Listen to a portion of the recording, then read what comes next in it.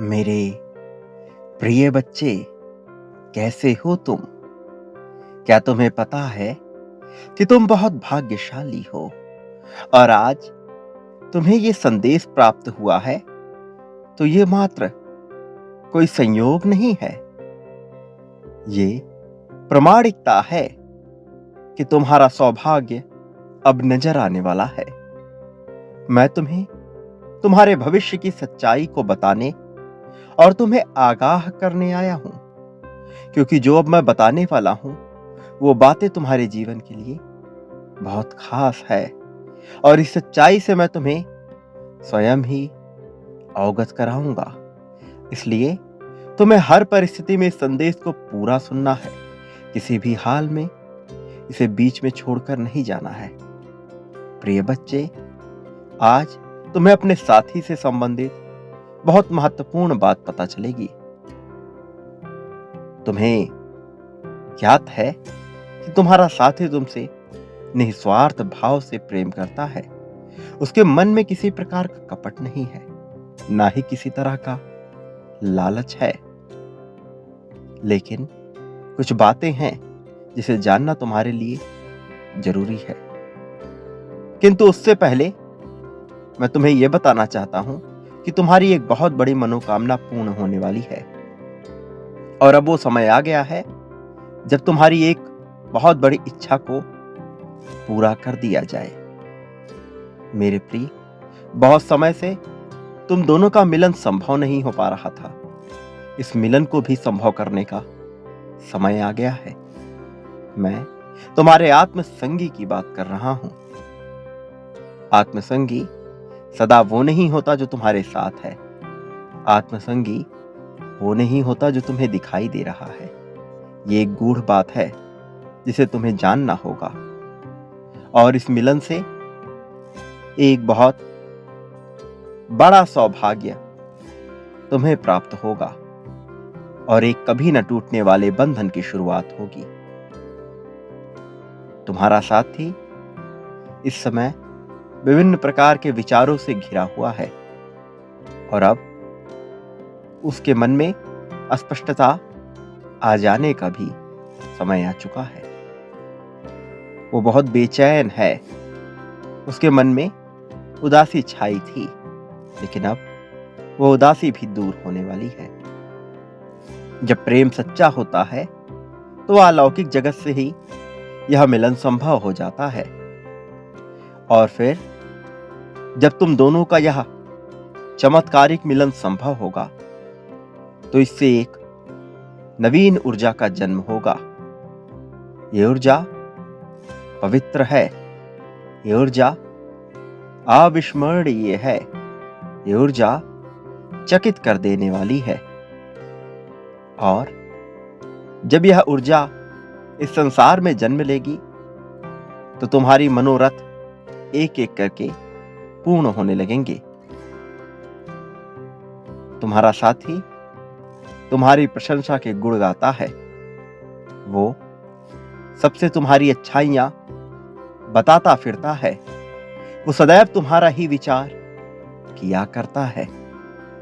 तुम्हें अभी ज्ञान नहीं कि तुम्हारा भविष्य किस दिशा में जाने वाला है, लेकिन मैं तुम्हें इतना बता देना चाहता हूं कि तुमने जो कुछ भी सोचा है यह बिल्कुल उससे अलग होगा, बिल्कुल विपरीत होगा।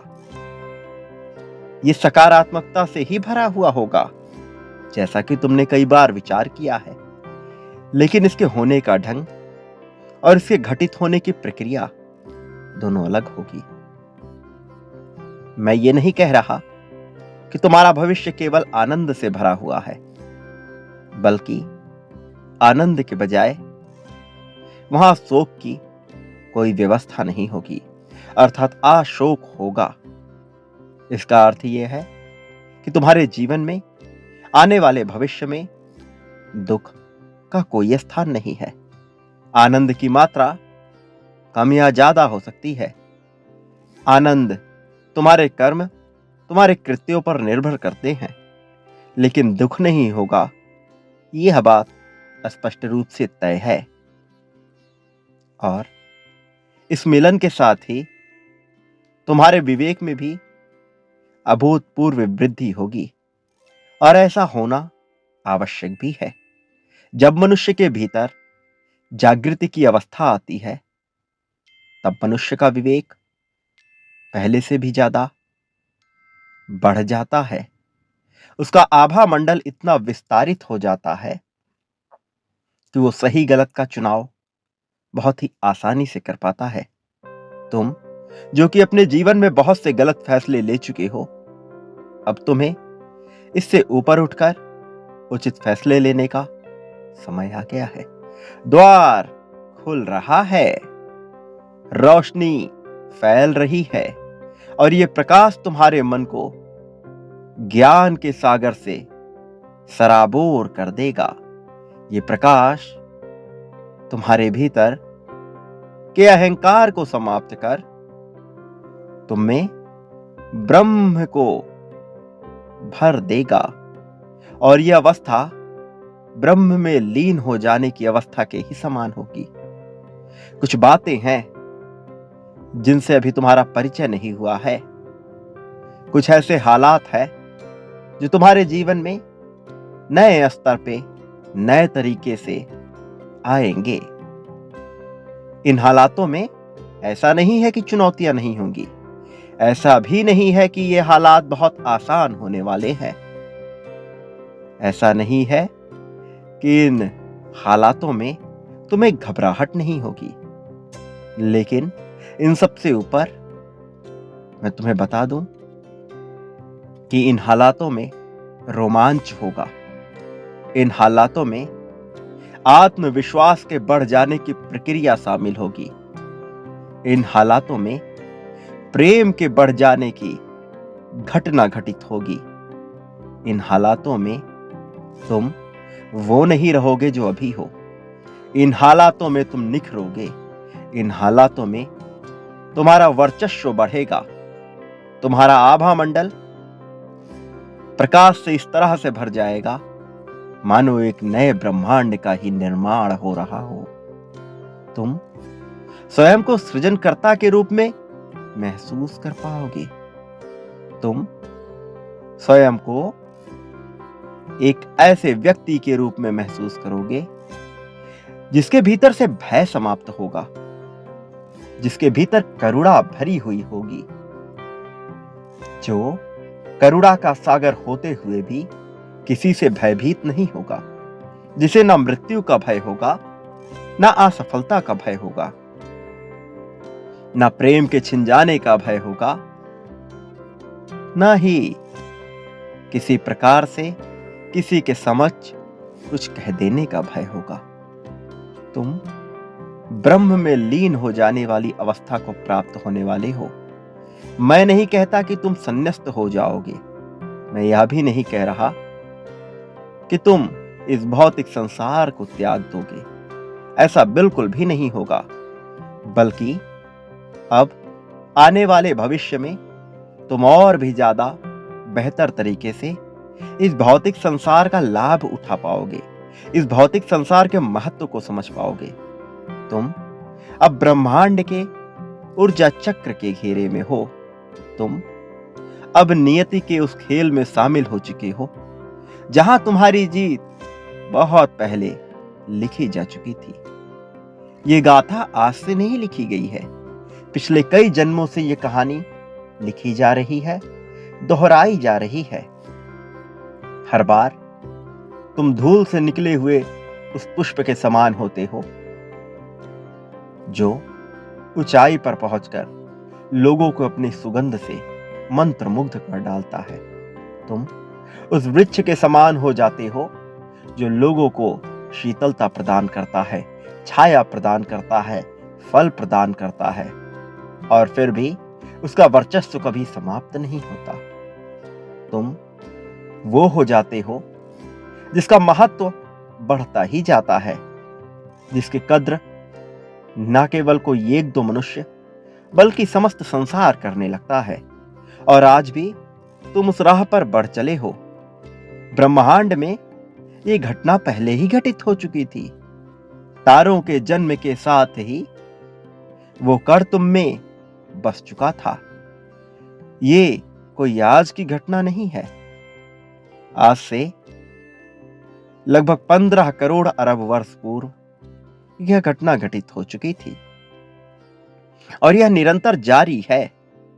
तुम सदैव से रूप परिवर्तित करके इसके साक्षी रहे हो। ऐसा कोई भी जीव इस संसार में मौजूद नहीं जिसका रूप तुमने ना धारण किया हो और अंततः जाकर तुम मनुष्य रूप को धारण कर पाए हो। और जबकि अब तुम मनुष्य रूप को धारण कर चुके हो, यही तुम्हारी अंत गतिविधि है और यहां से तुम नए कर्मों का निर्माण कर रहे हो। एक पूरे क्रमिक काल चक्र से मुक्त होकर तुमने जीत की महागाथा लिख दी है और अब तुम्हें हराने वाला इस संसार में कोई भी नहीं है। ये तुम्हारा अपना भय है, ये संदेह है जो तुम स्वयं पे कर रहे हो, जिसकी वजह से तुम वो नहीं देख पा रहे जो तुम्हें बहुत पहले देख लेना चाहिए था। तुम्हारी दृष्टि उस दिव्यता को देखने में अभी सक्षम नहीं है, लेकिन तुम्हारे विचार, तुम्हारा अवचेतन मन इससे भली भांति परिचित है कि तुम वास्तविक रूप में ब्रह्म ही हो। तुम वास्तविक रूप में वही हो जो तुम देख रहे हो। वो तारे जो टूट चुके, वो तारे जो विक्षिप्त होकर पृथ्वी के इर्द गिर्द घूम रहे, वो कण जो आज भी धरती पे विद्यमान है, वो तुम्हारे ही अंश हैं। वो तुमसे भिन्न नहीं है। ये कहानी वर्षों पुरानी है और इस कहानी के सूत्रधार भी तुम ही हो। इस कहानी के संहारक भी तुम ही हो। लेकिन आज तुम्हें ना तो सूत्रधार होना है और ना ही संहारक बनना है। आज तुम उस पालनकर्ता के रूप में हो जो इस जीवन को चलायमान रख रहा है। तुम्हारे भीतर कुछ ऐसी आदतें हैं जिनका समाप्त होना इस समय अत्यंत आवश्यक है। और आज मैं तुमसे यह कहना चाहता हूं कि तुम्हें अपने ऊपर नियंत्रण रखना होगा। तुम्हें अपनी आदतों को जांच परख कर उनका संहार करना होगा और कुछ ऐसी आदतें विकसित करनी होंगी जिसका तुम पालन कर सको। मैं ये नहीं कहता कि तुम जीवन को आनंद पूर्वक ना जियो, किंतु वास्तविक आनंद की तलाश अवश्य करो। क्षणिक आनंद तुम्हें बहुत दूर नहीं ले जाएगा। क्षणिक आनंद तुम्हारे भीतर आत्मविश्वास की जागृति नहीं करेगा, जबकि तुम्हें अपने आत्मविश्वास को बढ़ाना है, क्योंकि यह तुम्हारा आत्मविश्वास ही है जो ये तय करेगा कि तुम अब कितना आगे जाओगे। मेरी शक्तियां तुम्हारे समर्थन में आगे आ चुकी हैं। तुम जो स्वयं से प्रेम नहीं कर पा रहे, तुम्हें अपनी इस आदत को त्यागना होगा। जो तुम्हें मिला है, तुम्हारा यह शरीर, तुम्हें इससे प्रेम करना होगा। यह यंत्र है, यह यांत्रिक रूप में कार्य करता है और तुम्हें इसका उपयोग भी इसी प्रकार से करना है, किंतु इसे प्रेम तुम्हें देते रहना है। यह तुम्हारा ही है, इसकी देखभाल भी तुम्हें ही करनी है। और इस पर जो अत्याचार हो रहे हैं, तुम्हें उसका बचाव करना है। इसको इसकी पूर्ण अवस्था तक लेकर जाना है, अर्थात इसकी पूर्ण क्षमता तक इसे लेकर जाओ। इसकी परीक्षा लो और फिर आंकलन करो कि तुम कहां तक जा सकते हो। मेरे प्रिय, मैं इसमें तुम्हारी सहायता करूंगा। मैं तुम्हें निरंतर देख रहा हूं। वो पुष्प, क्या तुम्हें याद है वो पुष्प? वो मेरा एक अंश था। वो नहीं जिसे तुम समझ रहे हो। वो केवल एक पुष्प मात्र नहीं था। वो आंखें थीं, ब्रह्मांड में प्रकृति द्वारा निर्मित एक ऐसी आंखें जो तुम पर सदैव निगरानी रखे हैं। तुम्हारे घर में तुमने महसूस किया उस जीव को जिससे तुम बच रहे थे। वो जीव मेरा ही दूत था। तुम्हें उससे बचना नहीं था। वो बस तुम्हारी निगरानी के लिए था। प्रकृति इसी माध्यम से अपने नियमों का संचालन करती है। तुम्हें इस बात को समझना होगा। तुम्हें स्वीकारना होगा। जबरदस्ती कर अपनी आदत को त्यागने का विचार ही त्याग दो। कुछ भी तुम जबरदस्ती नहीं बदल सकते। जबकि तुम उसे स्वीकार कर लेते हो तो धीरे धीरे वह चीज स्वतः ही छूट जाती है। मैं तुम्हें एक उदाहरण बताता हूं। जैसे यदि तुम किसी वाहन का विचार करते हो या किसी अन्य वस्तु का विचार करते हो तो वह वस्तु आकर्षण के माध्यम से तुम्हें हर जगह दिखाई देने लगती है। लेकिन जब वही वस्तु तुम्हें प्राप्त हो जाती है तो कुछ समय के बाद तुम उसका विचार त्याग देते हो और तुम ये पाते हो कि अब उससे संबंधित कोई विचार ना रहा। उसकी कद्र धीरे धीरे छूटने लगती है क्योंकि तुमने उसे स्वीकार कर लिया, क्योंकि वह तुम्हें प्राप्त हो गया। इसी तरह जब तुम जबरदस्ती करने के बजाय कोई चीज स्वीकार कर लेते हो तो वह तुम्हें हासिल हो जाती है। और जब तुम उसे स्वीकार कर लेते हो तो उसका विचार भी छूट जाता है।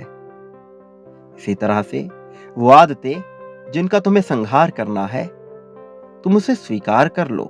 उससे नफरत ना करो। उसे हीन भावना की दृष्टि से ना देखो। तुमने कोई पाप नहीं किया है। यहां तक कि अब तक तुमसे जो भी भूल हुई वो तुम्हारा पाप नहीं है। ना ही मैं उसे तुम्हारे पाप कर्म की श्रेणी में रख रहा हूं। मेरे प्रिय, यदि तुम करुणा हो तो मैं करुणा का सागर हूं। मैं तुमसे अलग नहीं हूं। मैं तुमसे बिल्कुल भी भिन्न नहीं हूं। तुम मेरे ही तो वंश हो। तो फिर यहां नफरत की, धोखे की, छल कपट की बात ही नहीं आनी चाहिए। फिर चाहे वो परिवार के किसी सदस्य के प्रति हो, तुम्हारे कार्य क्षेत्र में उपस्थित किसी मनुष्य के सापेक्ष हो, तुम्हारे साथी के प्रति हो, तुम्हारे मित्रों के प्रति ही क्यों ना हो, तुम किसी भी हाल में अपने ऊपर नकारात्मकता को हावी ना होने दो। जब तुम नकारात्मकता को अपने ऊपर हावी होने देते हो तब तुम्हारे भीतर विभिन्न प्रकार की रासायनिक क्रियाएं घटित होने लगती हैं। और ये जो रसायन तुम्हारे भीतर उत्पन्न होते हैं, ये तुम्हारे मन को भ्रमित कर डालते हैं। ये तुम्हारे भीतर की सकारात्मकता को समाप्त कर तुम्हारे अंदर उपस्थित करुणा और दया को भी खत्म करने लगते हैं। जबकि तुम करुणा से भरे हुए हो, जबकि तुम क्षमा की भावना से भरे हुए हो, तुम अगाध प्रेम की भावना से भरे हुए हो। और अब जबकि तुम प्रेम के दीपक हो तो तुम्हें स्वयं ही प्रेम प्राप्त नहीं होता। तुम लोगों को तो अपने प्रेम के दीपक से रोशन कर डालते हो, लेकिन जैसे दीपक तले अंधेरा होता है, वैसे ही तुम्हारे भीतर भी एक अनोखा अकेलापन, एक अंधेरा विराजमान है। वो अंधेरा जिसे तुम चाहकर भी छुटकारा नहीं पा रहे।